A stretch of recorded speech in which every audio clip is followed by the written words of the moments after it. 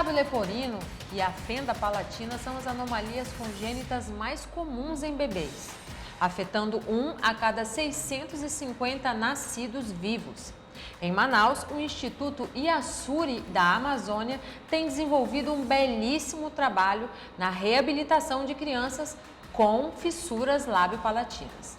E é sobre isso que nós vamos conversar com a responsável pelo Instituto, doutora Larissa Lopes. Seja muito bem-vinda, doutora. Olá, muito obrigada, agradeço pelo convite. Nós que agradecemos. Conte pra gente qual é a missão do Instituto Iasuri. Então, a missão do Instituto Iasuri da Amazônia é criar sorrisos, né? É devolver para essa população, para essas pessoas que nascem com fissura lábio-palatina, uma qualidade de vida, uma inserção à sociedade, ter a sua vida completamente reabilitada. O Instituto está trabalhando aqui em Manaus há 3 anos, foi criado há 3 anos, doutora, é isso? Isso, nós atendemos lá no Hospital Infantil Dr. Fajardo, que fica no centro da cidade de Manaus. E atende, a doutora estava explicando para a gente que o Instituto atende não só as crianças da capital, mas também do interior e de outros estados, né, doutora? Exato. Felizmente, o nosso serviço vem crescendo, vem se aprimorando e ganhando uma boa repercussão. Hoje nós somos referência aqui na região norte no tratamento da fissura e recebemos pacientes de toda a região amazônica, de toda a região norte. E um grande número, especialmente, dos municípios aqui do Amazonas. Agora, eu achei muito legal ouvir isso, que a gente geralmente pensa que nessas cirurgias mais delicadas, a fila é grande, né, para fazer pelo SUS. E é o contrário, no Instituto, a senhora estava me falando que não demora mais de 2, 3 meses para a criança conseguir realizar a cirurgia. Né? Exato, Michele. Muito bom falar sobre isso, porque deixar claro para a população que é um serviço contínuo.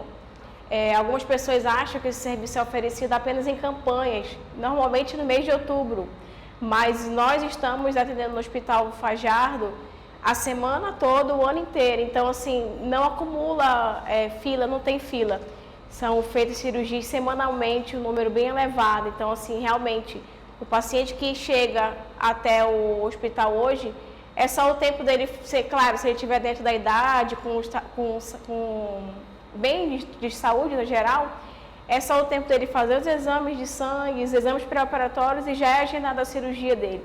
Questão assim de 1 semana, 2 semanas, não tem uma longa fila de cirurgia, de espera. Uhum.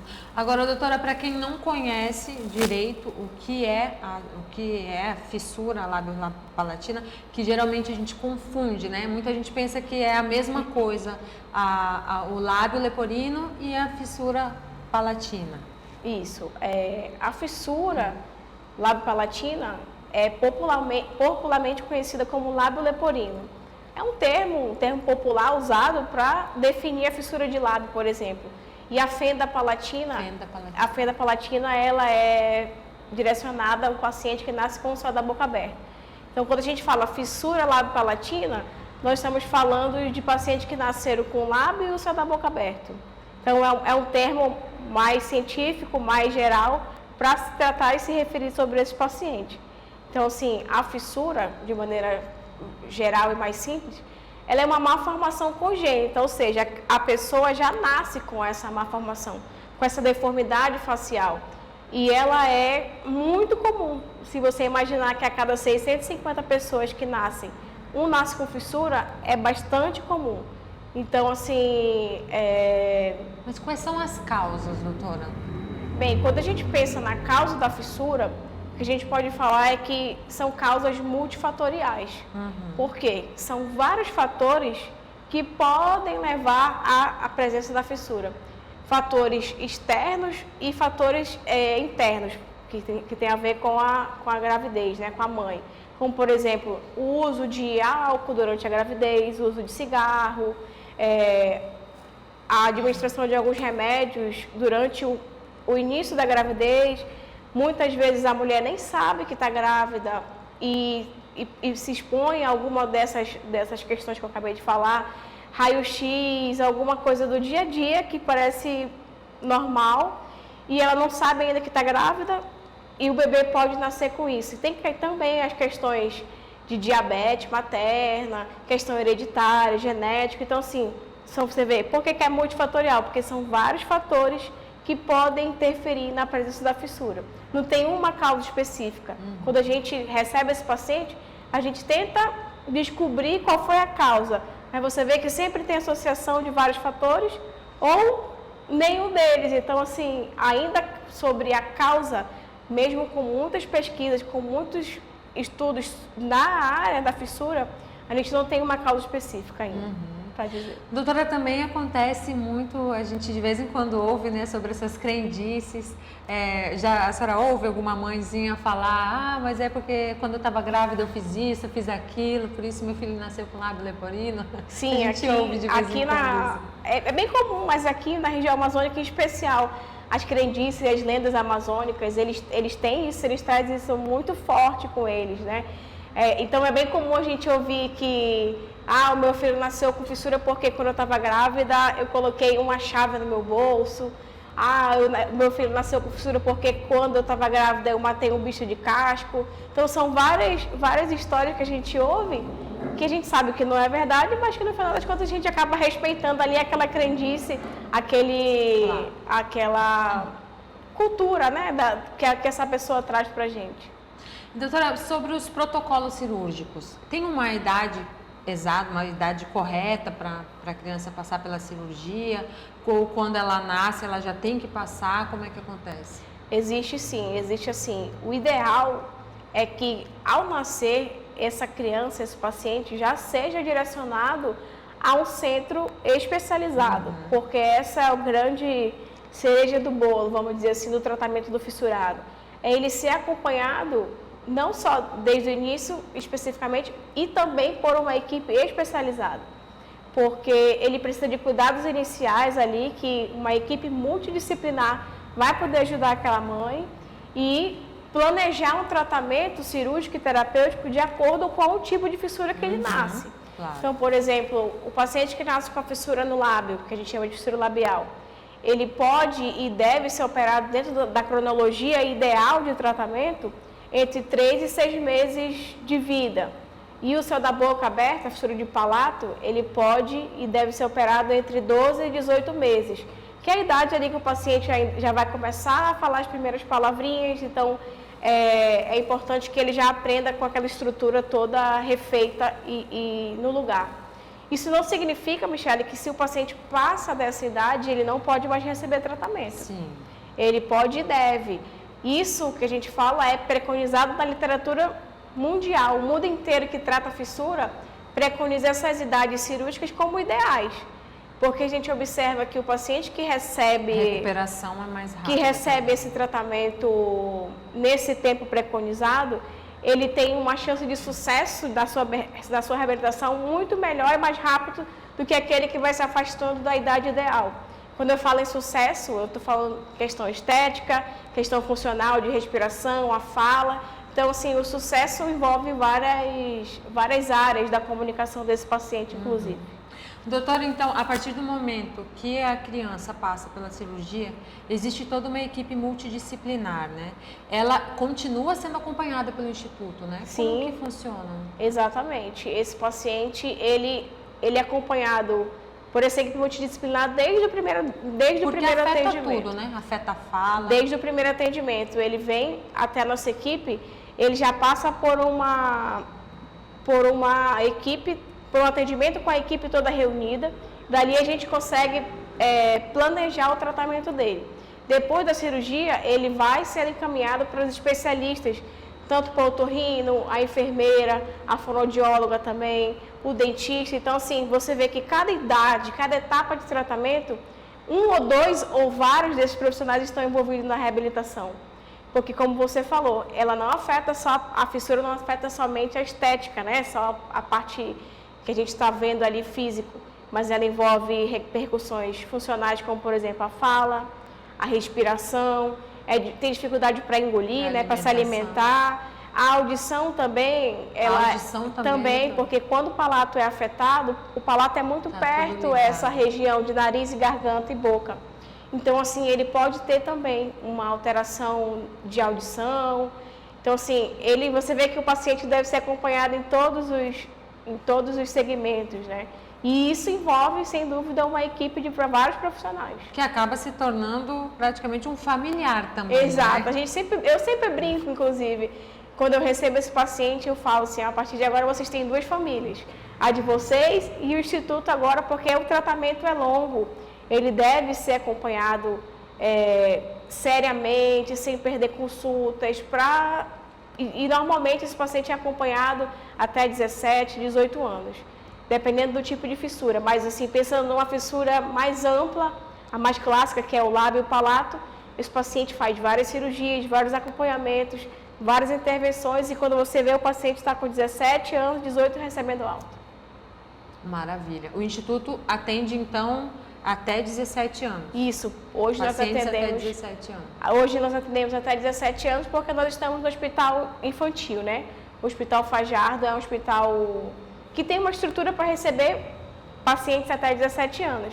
E isso não significa que a nossa equipe não atenda adulto. Isso é bom também deixar claro para a população.